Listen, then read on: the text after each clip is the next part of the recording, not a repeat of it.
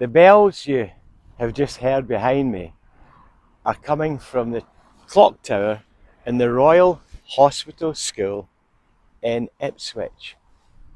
This is A to Z of Being Me, and we're looking this week at O for Obscurity. And right out here on the edge of Ipswich, there's a little village called Holbrook. And in Holbrook is this very famous school. It used to be the Greenwich Hospital School, dating back to 1712. It used to be a school for it says in their blog, the children of seafarers, right? So it took kids whose parents were at sea, it took the disabled, it took children from poor families, children that had absolutely nothing, and it taught them, and it gave them an education. And it gave them military style marching, it gave them a uniform, and it gave them hope for a future.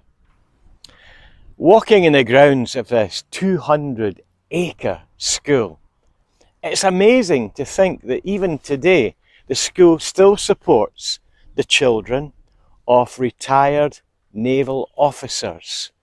Right? It's a wonderful resource for children whose family have served their nation, their country, over the decades, through wars, through different infringements. And here we have this school. And on any given day, these children will be taught a flag ceremony, there's a drum corps, there's a school band, there's sailing just down the river. It really is a nautical piece of history right here in obscurity outside of Ipswich, hidden away from all the busyness of a busy town. Let's have a look round and see what else we can discover here at the Royal Hospital School in Holbrook. The school itself has around 850 pupils, and they come from all over the UK, and it's mostly a boarding school. So as well as teachers, they've got house parents, they've got leaders, pastoral workers that look after the students. So like any premier private school or grammar school, it's well looked after. Children that are well cared for here. Towards the right hand side of the Royal Hospital School is a garden of remembrance. Now, the Garden of Remembrance is peppered with little plaques depicting people that served their country who attended this school. And being a naval type of school, there was a lot from the Royal Navy and the Merchant Navy whose ashes are scattered here. But one surprising thing, looking around these little plaques, you will find that many of these were actually Christians.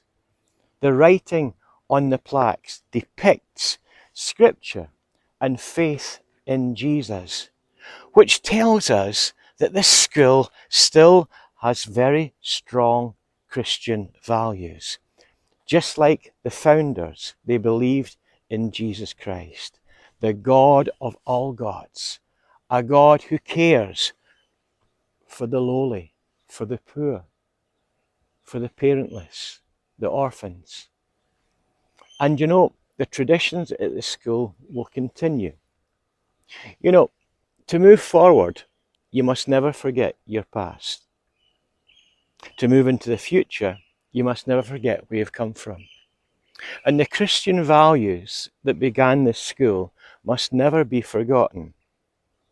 And one of the difficulties about coming back from many years overseas to the United Kingdom is looking at how schools have fallen from grace. Today, in many schools, not this one, but in many state schools, there is no Bible read in the morning. There's no Christian assemblies. There's no hymns being sung, prayers at lunchtime. The Bible has been thrown out of the school. And when you forget your roots, you're not going anywhere. The future becomes very, very muddled. And I would say to Christians, don't forget your roots.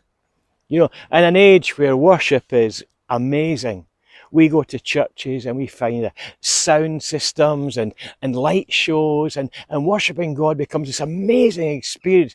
Don't forget your roots.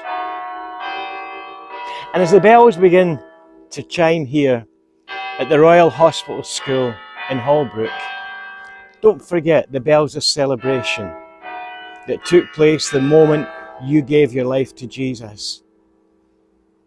And let what happened then propel you to what God's got for you next.